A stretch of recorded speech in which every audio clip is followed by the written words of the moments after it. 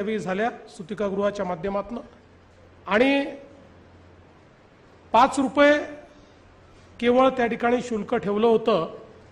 पण काही भगिनी अशा देखील होत्या की ज्यांच्याकडे 5 रुपये नव्हते, त्यांना निशुल्क त्या ठिकाणी सेवा देण्याचं काम हे कमलाताईंनी केलं आणि हळूहळू याचा विस्तार या त्या करत गेल्या।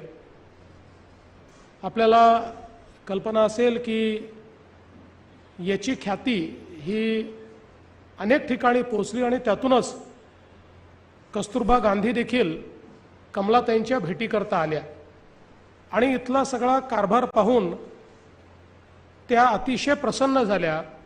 आणि विशेषतः ज्यावेळेस त्यांनी पाहिलं की कुठलाही जातीभेद न ठेवता त्या काळात ज्यांना हरिजन म्हटलं जायचं अशा सर्व हरिजन स्त्रियांना देखील या ठिकाणी प्रसूतीची व्यवस्था आहे आणि त्यांना इतर समाजाप्रमाणेच सर्व प्रकारचे अधिकार आहेत हे बघितल्यानंतर त्यांनी यावर खूप समाधान व्यक्त केलं आणि त्या ठिकाणी वळूया पुढील बातमीकडे। नराधामाचा